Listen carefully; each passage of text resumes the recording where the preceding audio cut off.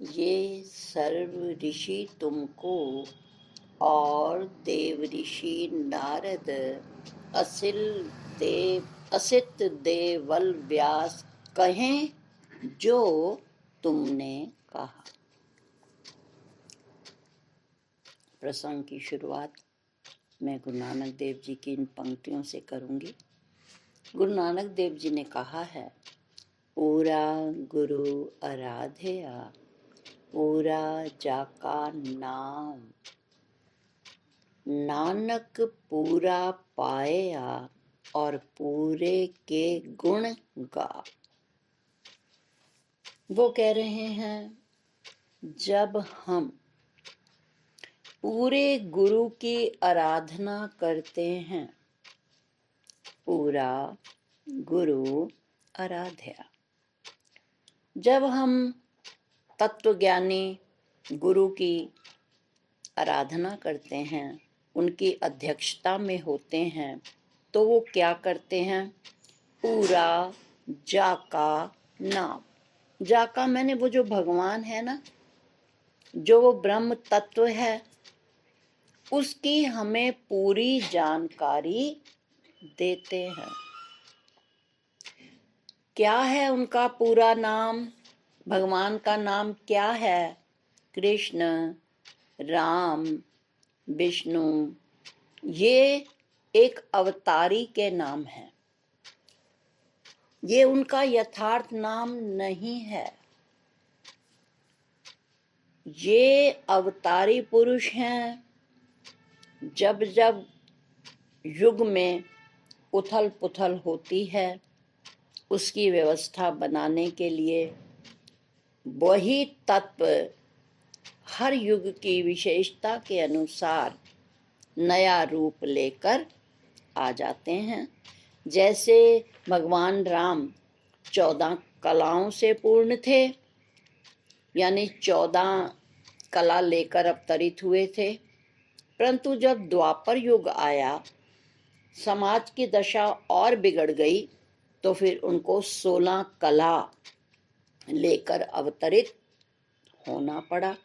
जैसे कोई सामान्य सी चीज तोड़नी हो, तो हम वैसे उसके अनुसार अस्त्र शस्त्र या उनके जो हैं पुर्जे उनको लाते हैं, और जब कोई बहुत कठोर चीज तोड़नी हो तो उनके लिए फिर कुछ अलग कठोर अस्त्र शस्त्रों या सामग्री का प्रयोग करना पड़ता है।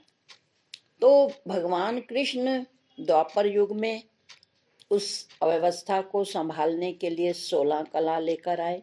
भगवान राम थोड़ी व्यवस्था ठीक थी, 14 कलाओं से भी उनका काम चल गया। तो परंतु ये नाम वाले थे, आकार वाले थे, और उन्होंने शब्द कहा, पूरा जाका नाम। भगवान का वास्तविक नाम क्या है? सत्य नाम, सच्चिदानंद। तो वो उनका सच्चा और पूरा नाम क्या है? सच्चिदानंद मात्र है। और गुरु नानक देव जी ने इसी को कहा सत्य नाम। किसने बताया?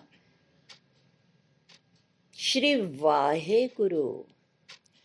कब बताया? जब हमने उस वाहे गुरु की आराधना की, तब उन्होंने हमें जो उसका वास्तविक नाम है, जो उसका वास्तविक नाम है, वो हमें पूरे गुरु ने बताया। और कहते हैं, जब उन्होंने बता दिया तो एक सद शिष्य ने उसको वैसे का वैसे ग्रहण कर लिया। नानक पूरा पाया।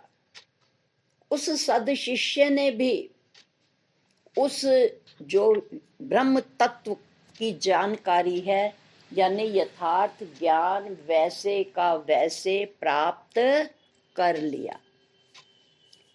अक्सर प्रसंग के मध्य ये बात आती है जो भगवान कृष्ण ने कही थी, तुझे वो ज्ञान देवेंगे ज्ञानी तत्वज्ञ जो लखें।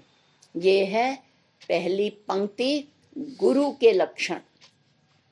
तुझे यथार्थ ज्ञान कौन से गुरु देंगे? उन्होंने उनके लक्षण बताए हैं।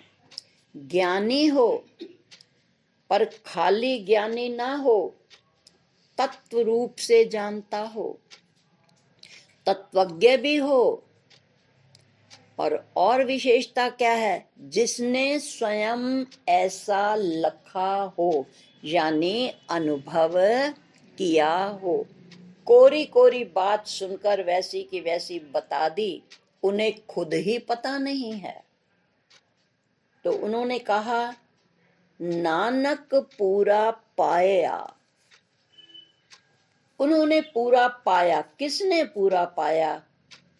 इस श्लोक की अगली पंक्ति उस शिष्य के लिए है।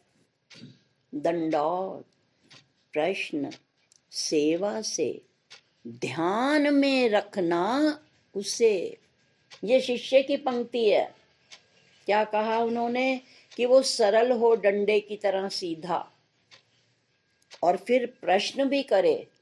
ऐसा नहीं जो उन्होंने मन मर्जी बता दिया, जैसे प्रश्नोत्तर होते हैं कई सभाओं में, वेदांत की सभाओं में भी होते हैं। हमारे राधा स्वामी जो हैं संप्रदाय, उनमें भी प्रश्नोत्तर होते हैं। उससे जिज्ञासु के अंतस मन का भी पता लगता है और गुरुदेव का भी ज्ञान विशेष रूप से आता है। नहीं तो वो अपने में रहता है, और जब कोई पूछता है तो फिर वो बाहर आता है। जैसे अपने आप कुएं में पानी पड़ा है, पर जब कोई खींचता है तो वो पानी और बाहर आता है। तो उन्होंने कहा, कब पूरा पाओगे? जब दोनों पूरे हों, गुरु भी पूर्ण ज्ञानी हो। फिर उन्होंने कहा, पूर्ण ज्ञानी किसे कहते हैं? यानी तत्वज्ञ, तत्व से जानते हो, आकार से नहीं। अब देखिए, सामान्य जो कथाएं होती हैं ना, वो भगवान कृष्ण के लीलाओं का वर्णन कर देते हैं, कब पैदा हुए, कहाँ पैदा हुए। इसी तरह भगवान राम का की जब रामायण बोलते हैं तो भगवान राम के जन्म के बारे में, माता पिता, उनकी जानकारी, यानी उनके जीवन से संबंधित जितनी लीलाएं हैं उनका वर्णन कर देते हैं। और परंतु उनके यथार्थ रूप का वर्णन तो कोई तत्वज्ञ गुरु ही कर सकता है। तभी तो अभी परसों के प्रसंग में क्या बताया भगवान शिव ने, कि वो ही शिष्य के दुख को दूर कर सकता है जो स्वयं कुछ जानता हो। अंधे को अंधा राह दिखाएगा किस तरह। अंधे का मतलब है जिनकी बुद्धि में पूर्ण ज्ञान नहीं है, आंखों से नहीं, जिनकी बुद्धि में पूर्ण तत्व का ज्ञान नहीं है। अंधे का अर्थ है अन्यम धारणम करोति, जो अन्य की सहायता से मन को में बात धारण करता है। जैसे किसी ने कहा कि दूध का रंग क्या है, एक ने कह दिया ये, तो वो वही मान गया क्योंकि उसको आंखें ही नहीं है।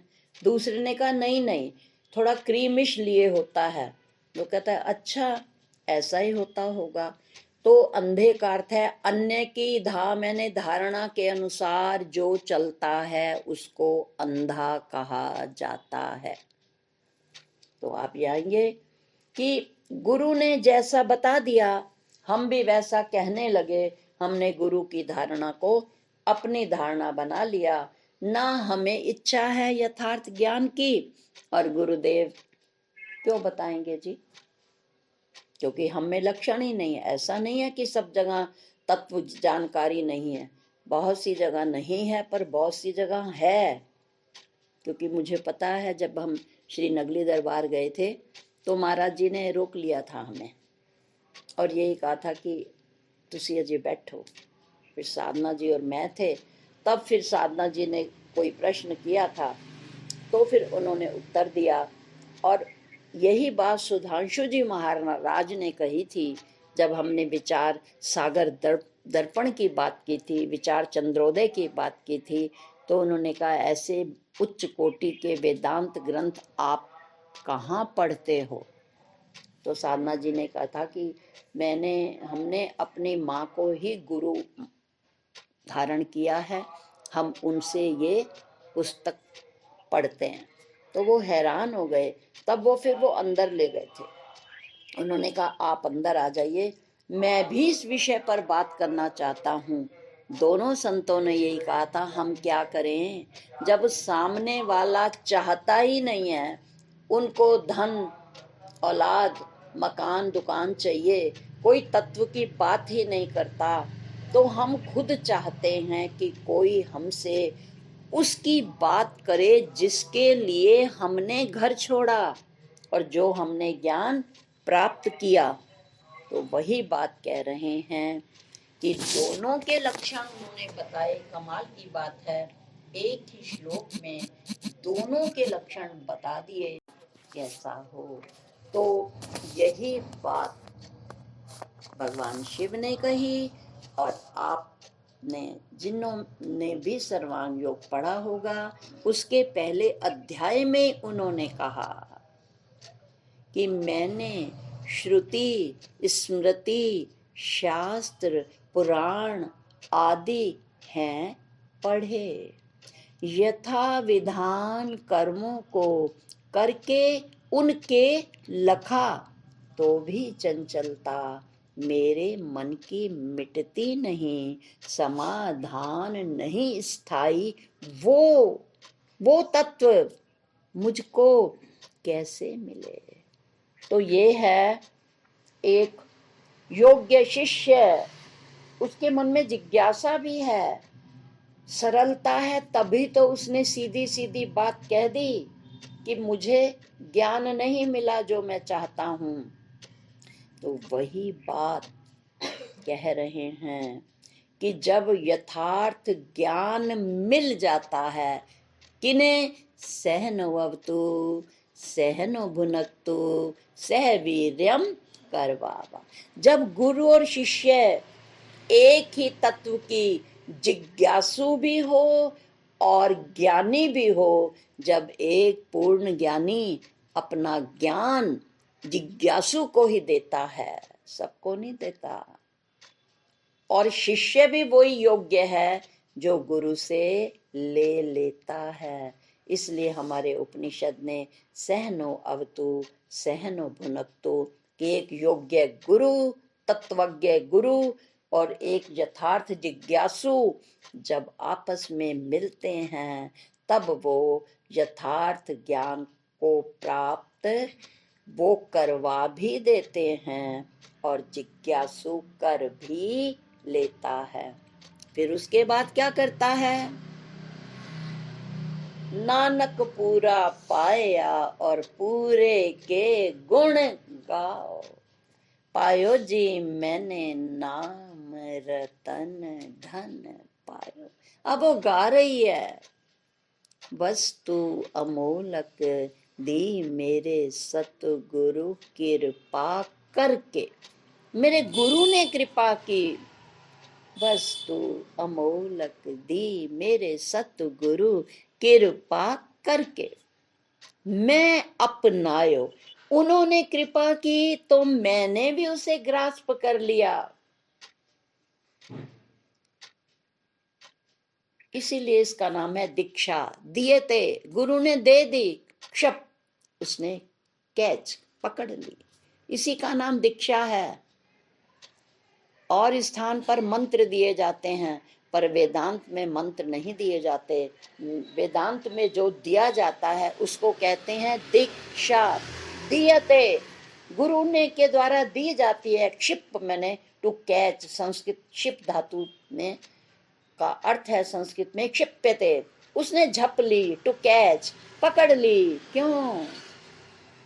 वो यही चाहता था। तो वही बात, आइए यही बात इस श्लोक में बताया जा रहा है। क्या? ये सर्व ऋषि तुमको और देव ऋषि नारद, असित, देवल, व्यास कहें जो तुमने कहा। पिछले श्लोक में वो भी भगवान से ज्ञान प्राप्त करके कृत्य कृत्य हो गए और उन्होंने कहा परम ब्रह्म परम धाम अत्यंत शुचि आप हैं। ये इसी बात को भी गुरु नानक देव जी ने कहा, पूरे गुरु का सुन उपदेश, गुरु का नहीं, पूरे गुरु का सुन उपदेश। क्या होगा पूरे गुरु का उपदेश सुनेगा? पार ब्रह्म निकट कर पेख। एक सतगुरु ही तुझे उस ब्रह्म को, जिसको तू कुछ अपने से भिन्न समझता है, कहीं दूर समझता है, शास्त्र ने कहा तज एति तज ना एजती यद दूरम तद अंतिकम। अरे वो तत्व ऐसा है जो दूर भी है और पास भी है। जिनको पूरे गुरु नहीं मिले उनके लिए वो ब्रह्म तत्व दूर है, तत् दूरम तत् अंतिकम। और जिन्हें पूरा गुरु मिल गया है वो तत्व पार ब्रह्म निकट कर पेख।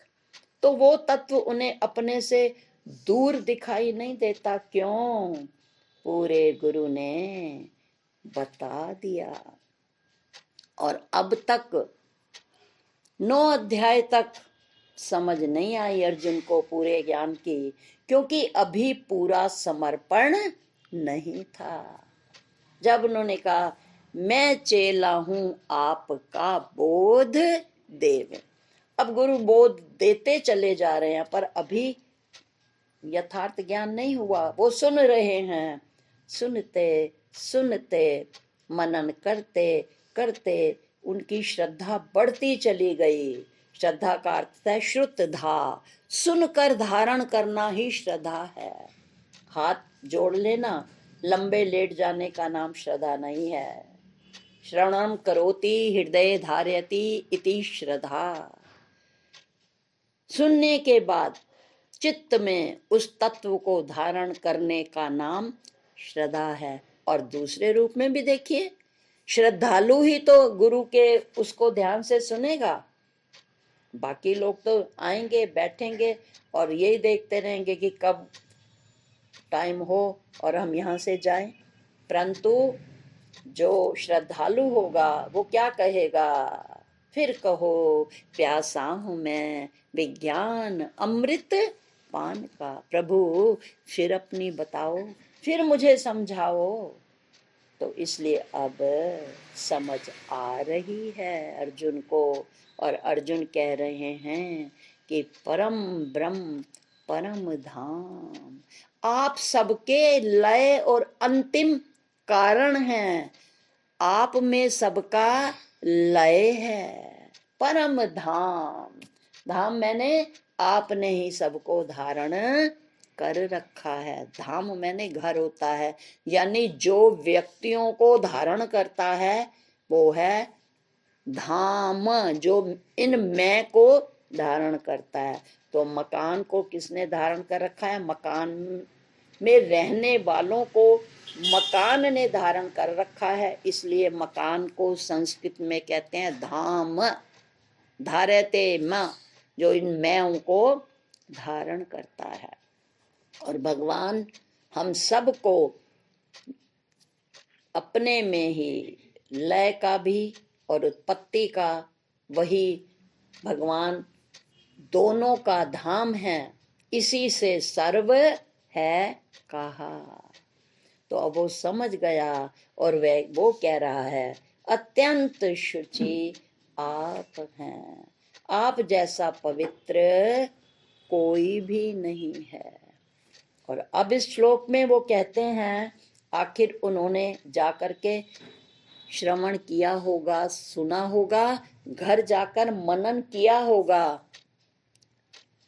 तभी उन्होंने और साथ साथ जैसे आपको स्वाध्याय के लिए कहा जाता है कि अन्य संतों की पुस्तकों को पढ़ा करो, स्वाध्याय किया करो। आखिर उन्होंने असित देवल व्यास आदि मुनि के ग्रंथों को या उनके सत्संग को सुना होगा, तब ही वो कह रहे हैं।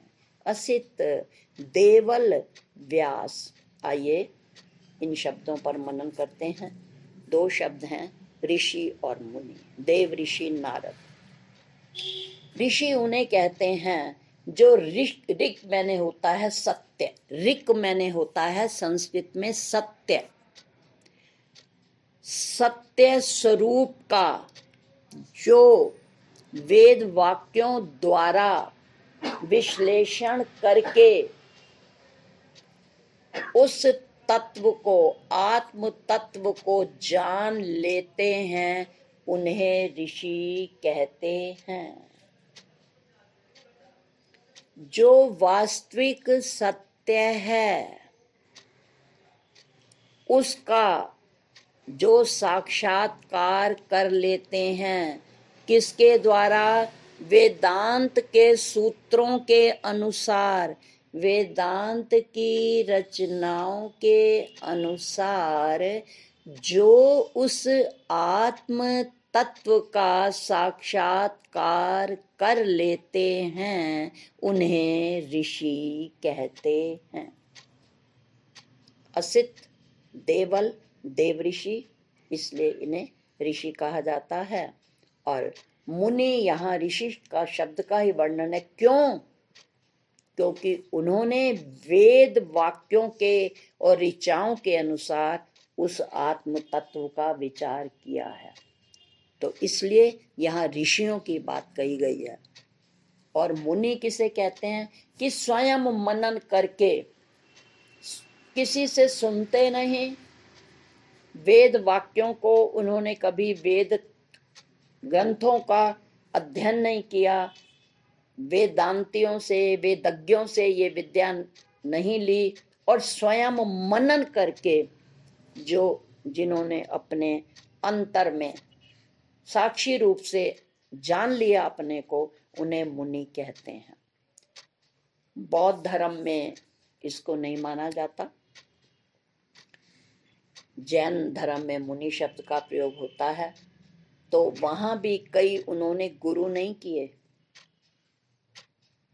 उन्होंने स्वयं बैठ बैठकर तपस्या की, मन को कंट्रोल किया और बार बार मनन किया कि मैं वो आत्म तत्व हूँ। जैसे हम बार बार किसी बात के लिए मन को मनाते हैं ना, तो उन्होंने भी अपने मन को किसी बात पर मनन किया, मैं देह नहीं हूँ। उन्होंने मनन किया और मनन करते करते उनका अंतःकरण इतना साफ हो गया कि उन्हें आत्म तत्व की झलक मिल गई। उन्होंने मनन के, अति मनन के और अति पुरुषार्थ के द्वारा आत्म साक्षात्कार किया, उन्हें मुनि कहते हैं।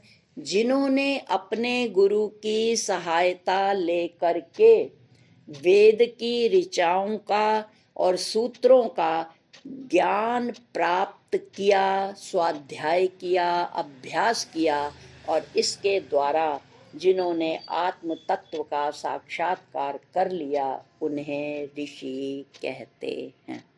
ठीक है। अब वो कह रहे हैं कि असित देवल व्यास। आइए इनके बारे में जानकारी लेते हैं। असित कौन है?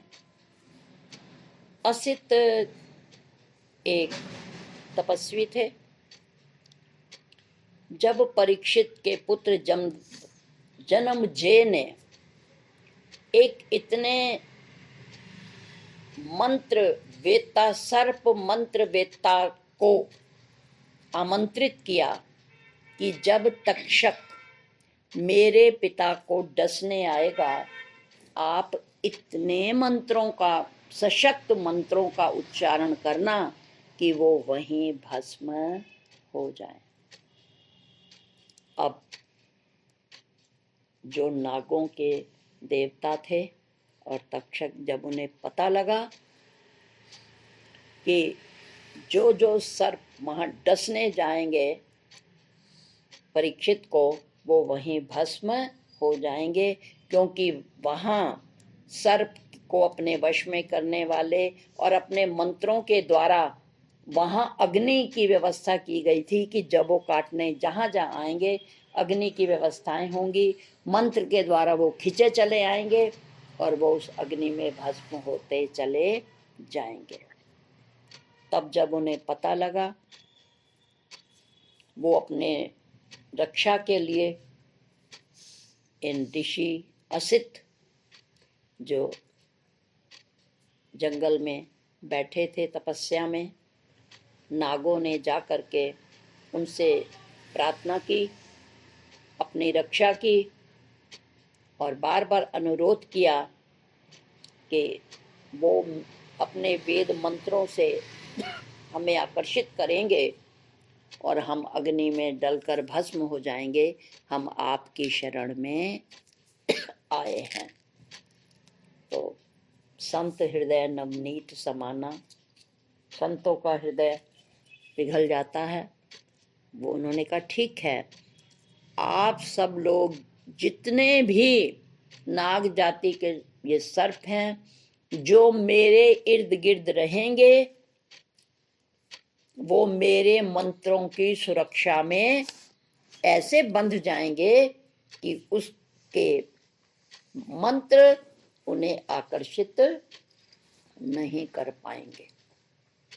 और कहानी कथा ऐसा ही कहती है कि उन्होंने भी इतने मंत्रों को प्रभावित करके उन सर्पों को अपने चारों तरफ बांध लिया कि सामने से जो वो इन मंत्रों के द्वारा सर्पों को खींचना चाह रहे थे, उन असित ऋषि के मंत्रों के प्रभाव से वो उनका कुछ कर नहीं सके। दूसरा है देवल। देवल भी एक ऋषि थे। वो भी अपने ध्यान साधना में व्यस्त रहते थे। नियम के अनुसार प्रातःकाल एक बार तो एक राक्षसी प्रवृत्ति के लोग जैसे ये है कि बिना कारण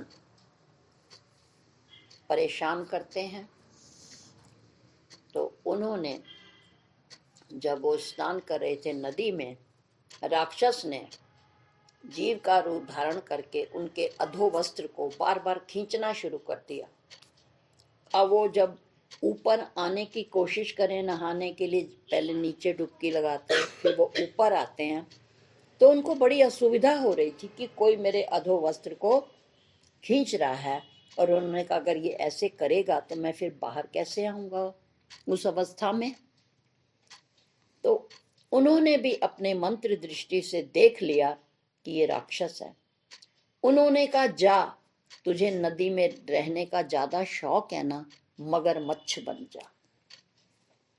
और कहानी ऐसा ही कहती है कि मंत्रों में इतना प्रभाव होता है कि वो मगरमच्छ बन गया। और व्यास जी के बारे में हम जानते ही हैं कि वो मत्स्य गंधा नाम की नाविक की पुत्री थी। वो हमेशा इधर से इधर लोगों को भी ले जाते थे और उनकी दूसरी जीविका थी नदी में से वो पकड़ते थे मछलियां जाल में डालकर, उन्हीं से उनकी आजीविका चलती थी। अनित्य सुंदरी थी मत्स्य गंधा, जिसके शरीर में से मछली की ही खुशबू आती थी। सुंदर बहुत थी, पर संसर्ग दोष से उसके शरीर में से भी मछली की गंध आती थी। पराशर ऋषि स्नान के लिए आए थे। उन्होंने देखा, वो भविष्य दृष्टा होते हैं संत, उन्हें कुछ लगा और वो उसकी तरफ आकर्षित हुए। उन्होंने कहा अवश्य इसमें कुछ है ऐसा, इसके और मेरे संसर्ग से जो भी होगा वो विश्व का कल्याण करेगा। दूसरे संप्रदायों के लोग हमारे हिंदू संप्रदाय की आलोचना इसलिए करते हैं कि वो आधा जानते हैं। उन्होंने सोचा उन्होंने अपने कल्याण के लिए ऐसा किया, पर जो गहन पाठी होते हैं।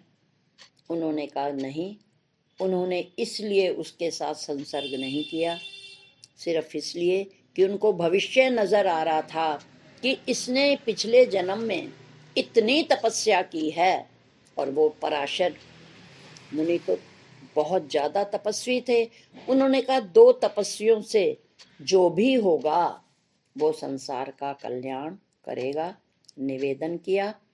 उसने कहा ऐसा नहीं हो सकता, मैं अविवाहिता हूं, आप तो चले जाएंगे, फिर मेरा क्या होगा। उन्होंने कहा कि मेरी तपस्या इतनी प्रबल है कि जिसके लिए तुम डर रही हो वो कुछ भी नहीं होगा। दूसरा उन्होंने कहा कि इस समय जो है दिन का समय है और ये ऐसा संभव नहीं। उन्होंने अपनी तपस्या से काली रात सूर्यदेव को आज्ञा दी। सूर्यदेव थोड़ी देर के लिए अस्त हो गए। और तीसरा उन्होंने कहा कि इस तरह से ये सामान्य संतान का ऐसे अवस्था में मैं इतना वो भी लूं और सामान्य। उन्होंने कहा नहीं देवी, तुम नहीं जानती, संसर्ग के बाद जो उत्पन्न होगा वो भविष्य, भारत के भविष्य के बहुत पीढ़ियों को राह दिखाएगा। और तब हुए थे महामुनि व्यास, क्योंकि मत्स्य गंधा से थे, रंग उनका का। और तीसरा उन्होंने ये भी कहा था कि मेरे शरीर से आपको गंध आएगी तो फिर ऐसे में आपको असुविधा होगी। उन्होंने उसी समय कहा था आज ही नहीं, हमेशा से ही तुम्हारे शरीर से हल्की हल्की सुगंध आया करेगी। और वो पराशर मुनि चले गए और फिर उनका जन्म हुआ। उन्हें कृष्ण द्वैपायन भी कहा जाता है। कृष्ण का मतलब है उनका रंग काला था, वो अपने नाना के ऊपर, क्योंकि इन मत्स्य वालों का जो है रंग ऐसे होते हैं, तो कृष्ण द्वैपायन कहते हैं। द्वैपायन इसलिए कहते हैं वो 2 विपरीत जातियों से पैदा हुए थे। वो धीवर थी और वो ब्राह्मण थे, इसलिए द्वैपायन उनकी ये उपाधि थी, जो जिनका जन्म 2 विपरीत जातियों से हुआ। और क्योंकि वो बहुत काले थे इसलिए उन्हें कृष्ण द्वैपायन कहा जाता है। व्यास उनका नाम बाद में पड़ा था, क्योंकि उन्होंने वेदों का व्यास किया था। इतना परिश्रम किया, आपको पता होगा हर बार हम गुरु पूर्णिमा मनाते हैं, वो इसलिए मनाते हैं कि इस दिन इनका अवतरण दिवस था। व्यास जी इस दिन पैदा हुए थे और उन्होंने एक गुरु के रूप में लोगों को रास्ता दिखाया था। इसलिए गुरु पूर्णिमा वाले दिन उनका जन्मदिन इस रूप में मनाया जाता है, क्योंकि सबसे पहले वेदांत के गुरु वही थे। उन्होंने जब देखा, आपको पता ही होगा कि वेदांत बहुत निरस और कलिष्ठ विषय है। और आपने तो खैर वेदांत की पुस्तकें पढ़ी ही नहीं हुई, अभी तो आप सिर्फ सुनते हो तब आपको इतना टफ लगता है। परंतु जिन्होंने चारों वेदांत की पुस्तक को पढ़ा होगा, वास्तव में कभी देखिएगा, बहुत साल पहले जब था पूज्य बीजी के यहाँ, तो हमारे यहाँ 4 वेद थे, तो हमने उनको ऐसे ही देख लिया, पढ़ लिया, तो बहुत इतने मोटे मोटे और समझ के बाहर थे। उनको फिर बीजी के शरीर के बाद में वहाँ रखवा दिया गया था, शायद आज भी हैं आश्रम में। तो लाल और एक नीले रंग का और एक थोड़ा सा मटमैले से 4 वेद हैं। आप तो उसके 1-2 पन्ने पढ़ के भी बस हाथ जोड़ दोगे, बहुत मुश्किल है।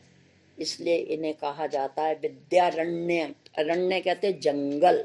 ये ऐसी विद्या है जिस तरह जंगल में कोई रास्ता नहीं मिलता, तो वेदांत विद्या ऐसी है, गुरु बिन भव निधि तरह ही न कोई, चाहे शंकर विरंची सम होए।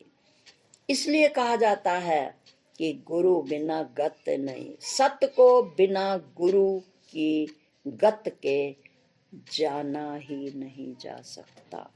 अगर आप कहें हम वेदांत का ध्यान ज्ञान खुद करने ध्यान बैठ जाओगे, वो अलग बात है। क्या ध्यान में क्या बैठते हैं, कैसे करते हैं, वो एक अलग विषय है। कीर्तन कर लेंगे, नाम जप कर लेंगे, भजन गा लेंगे, तालियां लगा लेंगे, पर दूसरी किताब भी आप पढ़ सकते हो। पर वेदांत की आप पुस्तक लेकर बैठो और स्वयं आप पढ़ लो, संभव नहीं है। यही तो कारण है कि अब 2-3 बहनें जो प्रेरणा बहुत बहुत बार दी गई है, ये लोग या ये अब लेने लगी है इंटरेस्ट उन किताबों में। वरना आप कहते हो आसान सी किताबें, भाई ये पढ़ लो, विवेक चूड़ामणि पढ़ लो, भाई अपरोक्षानुभूति पढ़ लो, विवेक कीजिए पढ़ लो। नहीं दीदी कोई आसान किताब दे दो। क्यों? क्योंकि ये इतनी कलिष्ठ हैं कि बिना गुरु के, जैसे जंगल में बिना गाइड के हम नहीं जा सकते, इसी तरह बिना गुरु के हम इस विद्या का पार नहीं पा सकते।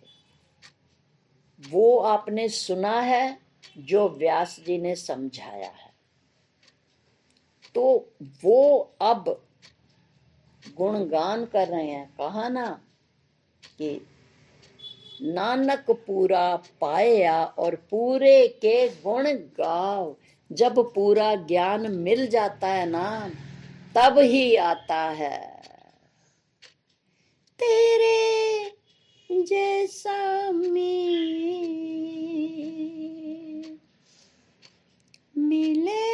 ना मिला है सतगुरु तेरे उपकार,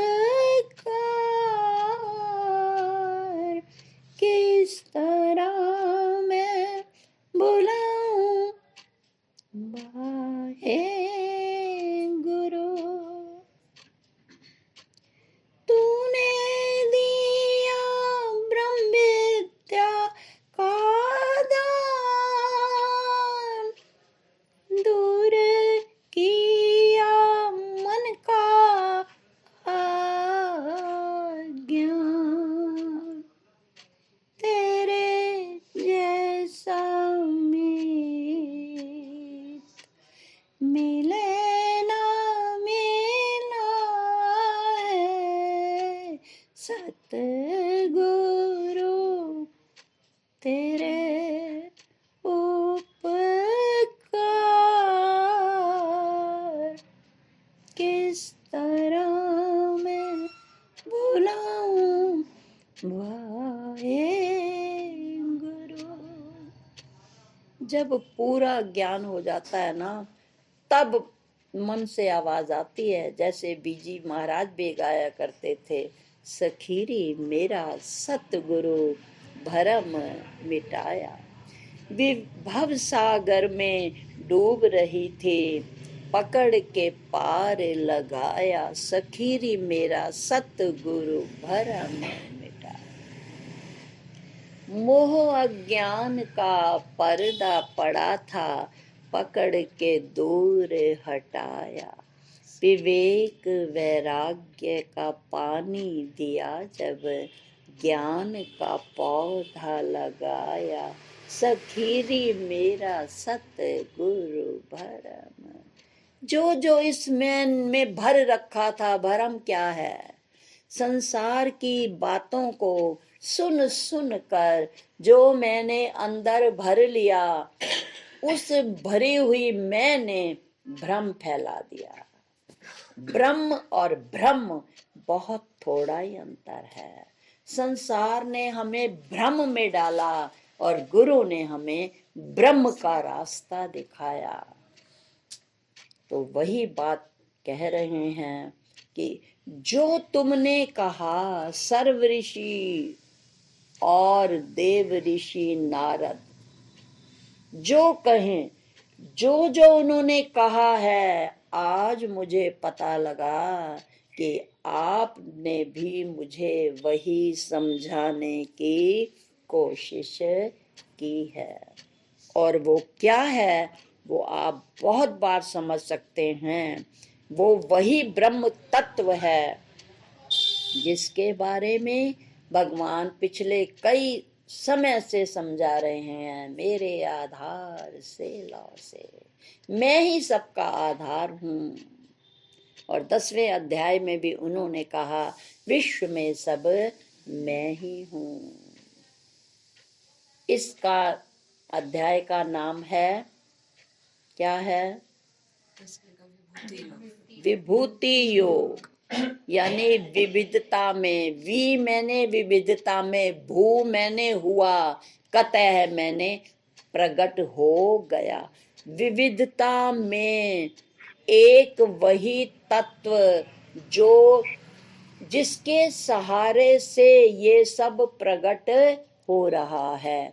जैसे कसोरा, प्याला, घड़ा, ये किससे प्रकट हुए? मिट्टी से। यथा सौम्य मृत पिंडेन सर्वम मृणमयम स्यात्, वाचा रंभण मात्र विकार नाम देयम, मृतिका इति एव सत्यम। उद्दालक ऋषि अपने पुत्र श्वेत केतु को इसी ब्रह्म ज्ञान का समझाते हुए ज्ञान देते हैं। क्या कहते हैं ये? हे सौम्य,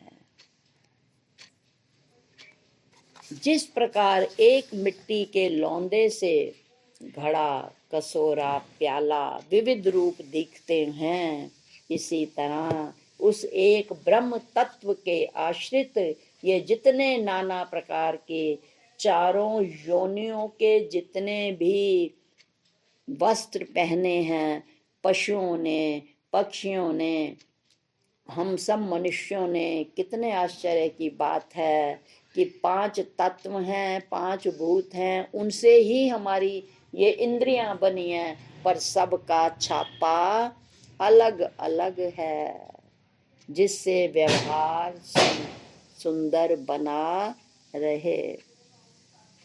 जब हम कभी पक्षी जगत में जाते हैं देखने के लिए, डिस्कवरी में या जो भी है, तो उसमें तरह तरह के जो पैरट्स होते हैं, कमाल के, उनके ही कितने रंग हैं।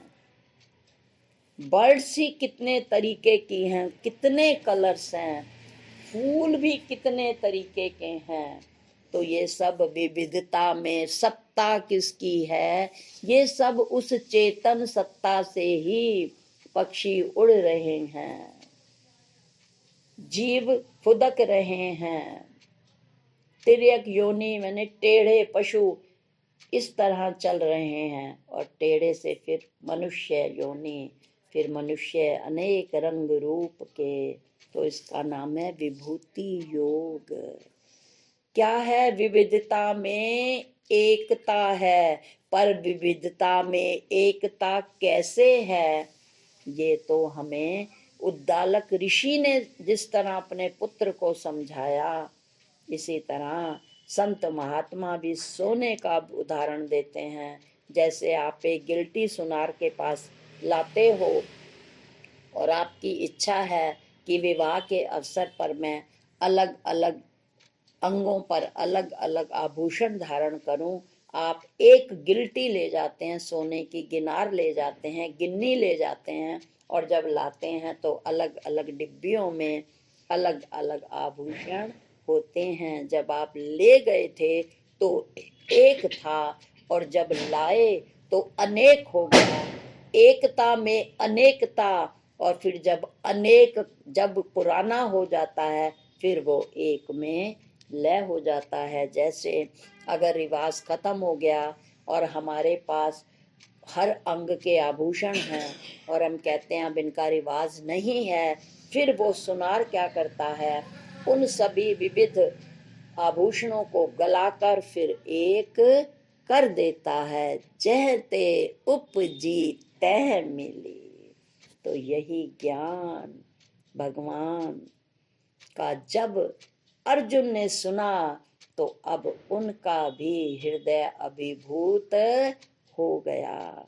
और ये बिल्कुल सच्ची बात कही गुरु नानक देव जी ने। वेदांत और ये जो हमारे सिख जगत है या जो भी संप्रदाय है, अगर हमें गहनता से ज्ञान हो तब हमें पता लगे, सो सियाणिया एक मत ते हाई माई छगम छग। सौ सियाणियों की एक ही मत होती है। तो अब वो समझ गए हैं गुरु का महत्व। और सच मानिए, हर बार यही बात जो मेरे निकट हैं, मैं उन्हें यही कहती हूँ, केवल व्यास और असित के विचारों को सुना तब ही पता लगा कि जो भगवान कृष्ण कह रहे हैं वही बड़े बड़े ऋषि मुनि वो उनसे भी पहले युग में हुए थे।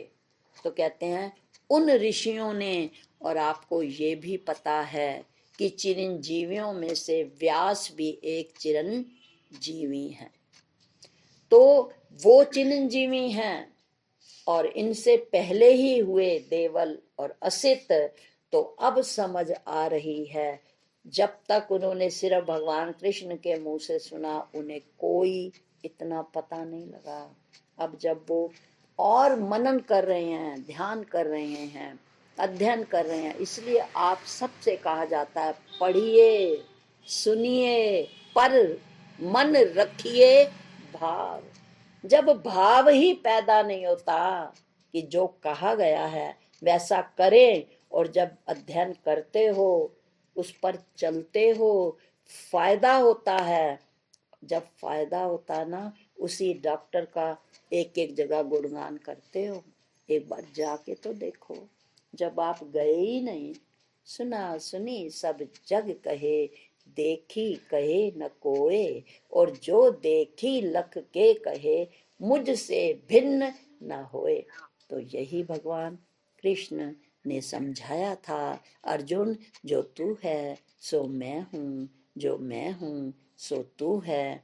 आज कृष्ण की ये बात अर्जुन को समझ आ गई है और वो उनका गुणगान करते नहीं थक रहे। तो आज का होमवर्क हमारे लिए भी यही है। क्या उन्होंने भी यही कहा कि गुरु वचनों को रखना संभाल के, गुरु वचनों में गहरा राज है, उनकी जिनकी महिमा कही है ग्रंथों में, गुरु का भी यही आवाज है। गुरु वचनों को रखना संभाल के, गुरु वचनों में गहरा राज है, जिसने जानी है महिमा गुरु की, उसका डूबा नहीं ये जहाज। यदि गुरु के जहाज में चढ़ना चाहते हैं तो संसार जहान को तो छोड़ना ही पड़ेगा। और जब हम इस जहान के व्यवहार को, इस जहान के संस्कारों को थोड़ा सा भी मुख्य वृत्ति से हटाकर गौण वृत्ति में लाएंगे और अपनी मुख्य वृत्ति जब संतों के, महान पुरुषों के ज्ञान के साथ जोड़ेंगे तो हमारा जो जीवन रूपी जहाज है वो आगे बढ़ता जाएगा। आज हमें यह श्लोक यही बताने की कोशिश कर रहा है गुरु के ज्ञान की कदर करें, गुरु के ज्ञान को महत्व दें, और जब जीवन में उतारेंगे तो एक ही बात कहेंगे, आनंद भया मेरी माय, सत गुरु में पाया। आज पर यहीं विराम। ओम शांति शांति शांति।